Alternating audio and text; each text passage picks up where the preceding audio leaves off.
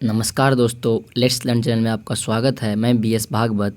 दोस्तों आज हम पढ़ने वाले हैं क्लास 10th का सेकेंड हिंदी, जो कि बहुत इम्पोर्टेंट है आपके एग्ज़ाम में। इस सेकेंड हिंदी से बहुत सारा क्वेश्चन पूछा जाता है, बहुत मार्क का क्वेश्चन पूछा जाता है। ठीक है दोस्तों, तो चलिए हम जानते हैं। पहला चैप्टर है दही वाली मंगमा। दोस्तों अगर आप इस चैनल पर पहली बार आए हैं तो दोस्तों चैनल को लाइक कर दीजिए, सब्सक्राइब कर दीजिए और अपने मित्रों में शेयर भी कर दीजिए। तो चलिए देर न करते हुए, ज़्यादा बातें नहीं करेंगे हम लोग और चलते हैं। पहला चैप्टर जो है दही वाली मंगमा है। दोस्तों अगर आपको इसी तरह का वीडियो चाहिए तो हमें कमेंट बॉक्स में लिखिए दोस्तों, और क्या कहते हैं बताइए हमें कमेंट करके कि हम मेरे द्वारा पढ़ाया आपको अच्छा लगता है कि नहीं लगता है दोस्तों। तो चलिए चलते हैं हम लोग लेखक का थोड़ा परिचय जान लेते हैं। क्या कहता है लेखक के बारे में। लेखक जो है ये कौन है? श्रीनिवास जी है। ठीक है, लेखक है दही वाली मंगमा का लेखक कौन है? श्रीनिवास है। इनका पूरा नाम है मस्ती वेंकटेश अय्यांगर। ठीक है, जो है इनका जन्म जो है 6 जून 1891 ईस्वी को हुआ था। गांव इनका कोलार गांव है ना, गांव का नाम है कोलार, जो कि कर्नाटक में पड़ता है। मृत्यु इनका जो है 6 जून 1886 ईस्वी को हुआ था। यह कन्नड़ साहित्य के प्रतिष्ठित रचनाकारों में से एक थे। दोस्तों आशा है कि आप लोग को मेरे साथ आप लोग याद करते चलिए, क्योंकि ये छोटी छोटी बातें जो है आपको ध्यान रखनी होगी और यही सब एग्जाम में पूछ देता, ऑब्जेक्टिव में पूछ दिया जाएगा। दही वाली मंगमा कहानी किस भाषा में लिखी गई है? तो ये दही वाली मंगमा कहानी जो है ये कन्नड़ भाषा में लिखी गई है। किस भाषा में लिखी गई है? कन्नड़ भाषा में। इसका हिंदी अनुवाद किसने किया था? तो B.R. नारायण ने किया था। प्रसिद्ध रचनाएं इनकी क्या है? सन्ना कथेगुलु। क्या है? सन्ना कथेगुलु जो है इनकी प्रसिद्ध रचनाएं हैं। ठीक है, चलिए अब अभ्यास पे चलते हैं। हमारे जो बुक की जो क्या कहते हैं कोई प्रश्न उत्तर है उसको लेकर के हम डिस्कस करते हैं। चलिए लेखक का जीवनी बता दी आपको। पहला प्रश्न कर रहा है कि मंगमा का अपनी बहू के साथ किस बात को लेकर विवाद था? तो दोस्तों मंगमा का जो है अपनी बहू के साथ किस बात को लेकर विवाद था, तो ध्यान से देखिए इसको। मंगमा का अपनी बहू के साथ जो है बेटे पर अधिकार को लेकर के विवाद था। मंगमा अपने बेटे पर अपना हक नहीं छोड़ना चाहती थी, जबकि बहू अपने बेटे को पीट रही थी। हाँ, जिसे देखकर मंगमा ने अपनी बहू को भला बुरा कह दिया और उनके बीच विवाद उत्पन्न हो गया। ठीक है दोस्तों, चलिए प्रश्न में कह रहा है कि मंगमा का भी अपनी बहू के साथ में किस बात को लेकर विवाद था। तो दोस्तों आप लोग अगर इसका जो सारांश है वो पढ़े होंगे तो पता चला होगा कि मंगमा जो है वो एक दही बेचने वाली औरत थी, जो कि अशिक्षित थी, उतनी पढ़ी लिखी नहीं थी, और वह अपने बेटे पे अधिकार जमाना चाहती थी कि वह चाहती थी कि अपने बेटा को जो बोले वो करे। ठीक है, पर उसकी बहू चाहती थी कि हम अपने पति को जो बोले सो मेरा पति करे। ठीक है, तो इसी बात को दोनों में लेके विवाद था। ठीक है, और चलिए जानते हैं हम लोग रंगप्पा कौन था और वह मंगमा से क्या चाहता था। ये प्रश्न है, रंगप्पा कौन था और मंगमा से क्या चाहता था। तो चलिए हम जानते हैं इसका आंसर। देखिए रंगप्पा, उत्तर है रंगप्पा मंगमा के ही गांव का एक जुआरी था। रंगप्पा जो था वो मंगमा के गांव का एक जुआरी व्यक्ति था और वह मंगमा से कर्ज लेना चाहता था, क्योंकि वह जानता था कि मंगमा अपने बेटे और बहू से अलग रहती है तथा अपने पास पैसे भी रखती है।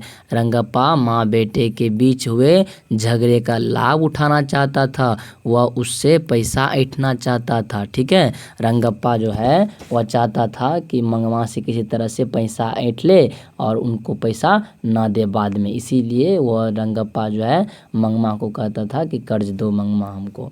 ठीक है, चलिए अगला प्रश्न पे चलते हैं कि बहू ने सास को मनाने के लिए कौन सा तरीका अपनाया। तो दोस्तों बहू जो है वो अपने सास को मनाने के लिए कौन सा तरीका अपनाया था। जब सारांश अगर नहीं देखे हैं आप लोग सारांश वाला वीडियो तो नीचे कमेंट बॉक्स में जो है ना हमने पिनअप कर दिया, फर्स्ट पिनअप वहाँ भी है और क्या कहते हैं डिस्क्रिप्शन बॉक्स में भी लिंक दिया हुआ है, वहाँ जा करके आप दही वाले मंगमा का सारांश देख सकते हैं। और दोस्तों अगर सारांश देख लीजिएगा तो आपको ये कहानी एक बार में याद हो जाएगा। ठीक है, चलिए प्रश्न का उत्तर जो है देखते हैं।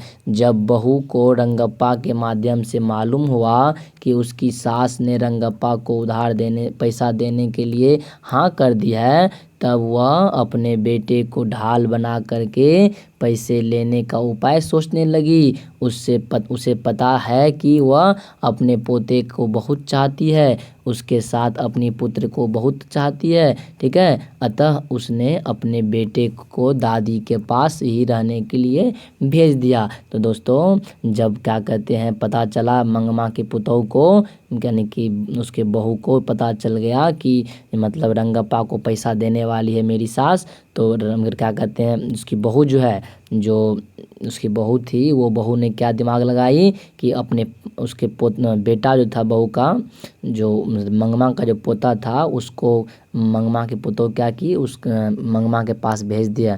ठीक है, उसको मंगमा के पास भेज दी और वहीं बोला कि बेटा वहीं पे जाकर तुम रहो, दादी के पास ही रहो। ठीक है, जिससे कि दादी तुमसे मतलब हम लोग से जल्दी मेल कर लेगी, इसीलिए मतलब उसकी बहू ने दिमाग लगा करके वो बच्चे को उसके यहाँ भेज दिया। ठीक है, अगला प्रश्न कह रहा है कि इस कहानी की कथावाचक कौन है, उसका परिचय दीजिए। तो दोस्तों इस कहानी का कथावाचक जो है ये श्रीनिवास जी है, जिनका पूरा नाम मस्ती वेंकट अय्यंगार है।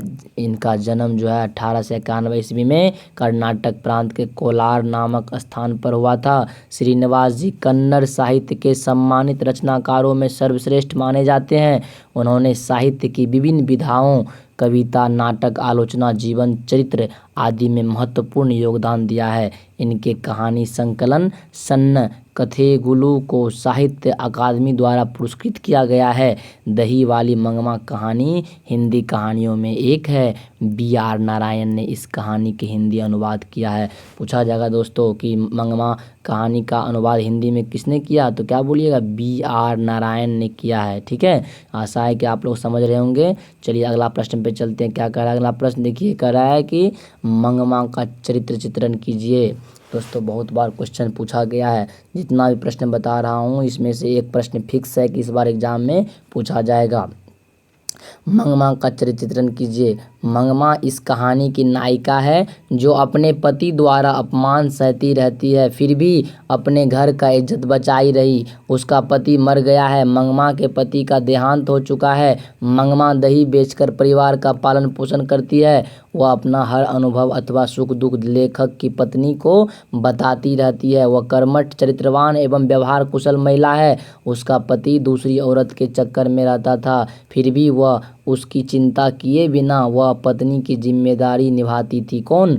वो जो मंगमा थी। वह परिवार को अपने वश में रखना चाहती थी, जिसके कारण उसे बहू के विरोध का सामना करना पड़ता था। माँ बेटे पर अपना अधिकार छोड़ना नहीं चाहती थी, तो बहू पति को अपने बस में करना चाहती थी। इस प्रतिस्पर्धा में वह बहू और बेटे से अलग हो जाती है, लेकिन रंगप्पा उड़नता के आगे झुकते नहीं है। ठीक है ना, यानी रंगप्पा जो उसके गांव का जुआरी था उसके आगे क्या कहते हैं मंगमा झुकती नहीं है, लेकिन भयभीत जरूर होती है, टेंशन में आ जाती है, सोचती है कि कुछ कर न दे। परिणाम स्वरूप पोते की तरफ आकर्षित हो जाती है और परिवार के साथ रहने की इच्छा जाहिर करती है। इन बातों से यह सिद्ध होता है कि वह कौन, यानी वह जो है बुद्धिमान और परिवार को चाहने वाली महिला थी। कौन दोस्तों? मंगमा एक बुद्धिमान और परिवार को चाहने वाली महिला थी। कहानी का सारांश प्रस्तुत कीजिए। 6ठा नंबर प्रश्न कर रहा है कि कहानी का सारांश प्रस्तुत कीजिए। तो देखिए दोस्तों, कह रहा है दही वाली मंगमा पाठ के लेखक श्रीनिवास है। इस कहानी का मुख्य चरित्र मंगमा है और द्वितीय चरित्र लेखक की माँ है। आपसे पूछा जाएगा कि मंगमा पाठ का लेखक कौन है, तो बोलिएगा श्रीनिवास जी है। ठीक है, इनका नाम क्या है, मैं क्या कहते हैं, मस्ती वेंकट अय्यर है। ठीक है, इस कहानी का मुख्य पात्र कौन है, तो मुख्य पात्र चरित्र जो है वो मंगमा है और दूसरा मुख्य पात्र कौन है, चरित्र का लेखक की माँ है। घर के समस्याओं से परेशान होकर के जीवन यापन के लिए बेचारे दही बेचती है और वह गांव से शहर जा कर के दही बेचा करती है तथा उन पैसों से कुछ पैसे संचय यानी इकट्ठा करती है। माँ बेटे अपना हक इकट्ठा करती है, उसके बाद उसी से अपना गुजारा करती है। माँ जो है उसमें और बताया गया है कि माँ बेटे से अपना हक नहीं छोड़ना चाहती है और बहू जो है पति पर हक जमाना चाहती है। इन्हीं कारणों की वजह से बहू और बेटे में पिटाई पीटती बहू जो उनकी है वो अपने बेटे को पीटती है, जिसे देखकर मंगमा को गुस्सा आ जाता है। ठीक है दोस्तों, मंगमा अच्छा से लिख लीजिए यहाँ पे। ठीक है ना, मंगमा ऐसे लिखिएगा, मंगमा। ठीक है, यहाँ मिसप्रिंट हो गया। मंगमा को गुस्से से आ जाता है। ठीक है ना, गुस्से से अपने बहू को भला बुरा बोल देती है और उनके बीच विवाद उत्पन्न हो जाता है। अतः इस कहानी से यह भी सीख मिलती है कि हमें किसी भी परिस्थिति में अपने परिवार के सदस्यों से अलग नहीं रहना चाहिए तथा हमें हमेशा एक साथ मिलजुल कर रहना चाहिए। दोस्तों, आप लोग भी हमेशा अपने परिवार के साथ में मिलजुल के रहिए। यानी कि इस कहानी से हमें यही सीख मिलता है, अगर हम अपने परिवार से अलग होते हैं तो हमारा जो फ़ायदा है वो दूसरा व्यक्ति उठा सकता है। इसीलिए अपना खून अपना ही होता है, हमेशा अपने परिवार से मिल के रहा कीजिए। तो दोस्तों, हमने कुछ नोट में बातें लिखी है, उनको ध्यान दीजिए। मैं फिर दोस्तों आप लोग को बता रहा हूँ कि अगर आप इस चैनल पे पहली बार आए हैं तो जो है इस चैनल को लाइक कीजिए, शेयर कीजिए, सब्सक्राइब कीजिए। दोस्तों, आपको अच्छा कंटेंट हम प्रोवाइड करवाते रहेंगे इसी तरह से। चलिए, इसका अगर पीडीएफ चाहिए इस वीडियो का तो आपको इस नीचे उन टेलीग्राम का लिंक दिया, वहाँ से जुड़ जाइए, आप पीडीएफ प्राप्त कर लीजिएगा।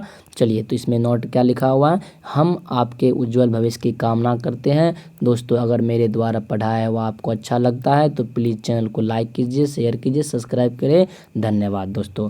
इसमें देखिए, पहला जो है इसमें कुछ बातें लिखा हुआ है, श्रम विभाजन जाति प्रथा का जो सब्जेक्टिव का लिंक दिया हुआ है, आप जो है यहाँ से क्लिक करके नीचे में आपको डिस्क्रिप्शन में मिल जाएगा, वहाँ से क्लिक करके आप देख सकते हैं। और सब्जेक्टिव का भी है और श्रम विभाजन प्रथा का आपको ऑब्जेक्टिव का भी लिंक मिल जाएगा। उसके बाद 20 के दांत का ऑब्जेक्टिव का लिंक मिल जाएगा आपको। भारत से हम क्या सीखे का ऑब्जेक्टिव का आपको लिंक मिल जाएगा। चलिए आगे दोस्तों, हमारे चैनल पे जो है सभी वीडियो का प्लेलिस्ट बना हुआ है, वहाँ जा कर के आप वीडियो देख सकते हैं। आप हमारे टेलीग्राम ग्रुप से भी जुड़ सकते हैं, नीचे वीडियो का डिस्क्रिप्शन में लिंक दिया हुआ है। टेलीग्राम पर आपको सारे वीडियो का पीडीएफ मिल जाएगा दोस्तों। तो दोस्तों, आशा है कि आप लोग समझ गए होंगे। चलिए दोस्तों, अगर दोस्तों चैनल को सब्सक्राइब नहीं किए हैं तो फिर मैं बोल रहा हूँ प्लीज़ चैनल को सब्सक्राइब कर लीजिए दोस्तों, क्योंकि आपके एक लाइक शेयर सब्सक्राइब से मोटिवेशन मिलता है। धन्यवाद दोस्तों। जय हिंद, जय भारत।